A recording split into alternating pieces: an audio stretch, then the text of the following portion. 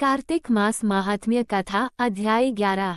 एक बार सागर पुत्र जलंधर अपनी पत्नी वृंदा सहित असुरों से सम्मानित हुआ सभा में बैठा था, तभी गुरु शुक्राचार्य का वहां आगमन हुआ। उनके तेज से सभी दिशाएं प्रकाशित हो गई। गुरु शुक्राचार्य को आता देखकर सागर पुत्र जलंधर ने असुरों सहित उठकर बड़े आदर से उन्हें प्रणाम किया। गुरु शुक्राचार्य ने उन सबको आशीर्वाद दिया। फिर जलंधर ने उन्हें एक दिव्य आसन पर बैठाकर स्वयं भी आसन ग्रहण किया। फिर सागर पुत्र जलंधर ने उनसे विनम्रतापूर्वक पूछा, हे गुरुजी, आप हमें ये बताने की कृपा करें कि राहु का सिर किसने काटा था। इस पर दैत्य गुरु शुक्राचार्य ने विरोचन पुत्र हिरण्यकशिपु और उसके धर्मात्मा पौत्र का परिचय देकर देवताओं और असुरों द्वारा समुद्र मंथन की कथा संक्षेप में सुनाते हुए बताया कि जब समुद्र से अमृत निकला तो उस समय देवरूप बनाकर राहु भी पीने बैठ गया। इस पर इंद्र के पक्षपाती भगवान विष्णु ने राहु का सिर काट डाला।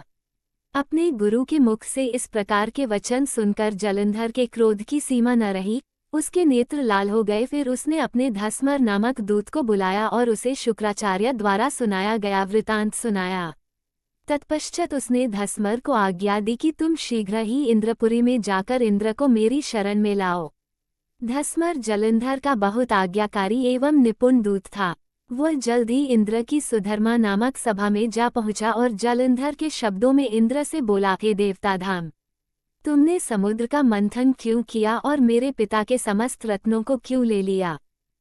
करके तुमने अच्छा नहीं किया।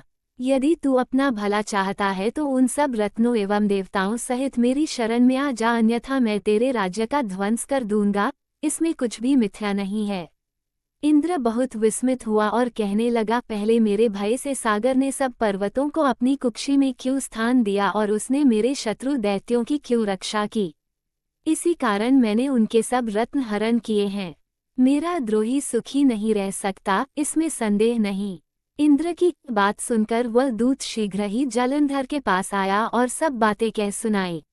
उसे सुनते ही वह दैत्य मारे क्रोध के अपने ओष्ठ फड़फड़ाने लगा और देवताओं पर विजय प्राप्त करने के लिए उसने उद्योग आरंभ किया। फिर तो सब दिशाओं पाताल से करोड़ों करोड़ों दैत्य उसके पास आने लगे। शुंभ निशुंभ आदि करोड़ों सेनापतियों के साथ जलंधर इंद्र से युद्ध करने लगा। शीघ्र ही इंद्र के नंदन वन में उसने अपनी सेना उतार दी। वीरों की शंखध्वनि और गर्जना से इंद्रपुरी गूंज उठी। अमरावती छोड़ देवता उससे युद्ध करने चले। भयानक मारकाट हुई। असुरों के गुरु आचार्य शुक्र अपनी मृत संजीवनी विद्या से और देवगुरु बृहस्पति द्रोणागिरी से औषधि लाकर जिलाते रहे। इस पर जलंधर ने क्रुद्ध होकर कहा कि मेरे हाथ से मरे हुए देवता जी कैसे जाते हैं? जिलाने वाली विद्या तो आपके पास है।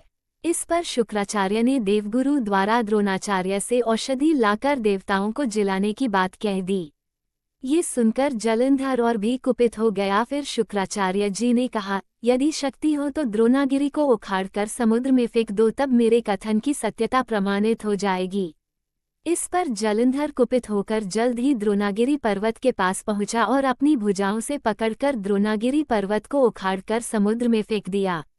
ये तो भगवान शंकर का तेज था, इसमें जलंधर की कोई विचित्रता नहीं थी। तत्पश्चात यह सागर पुत्र युद्ध भूमि में आकर बड़े तीव्र गति से देवताओं का संहार करने लगा।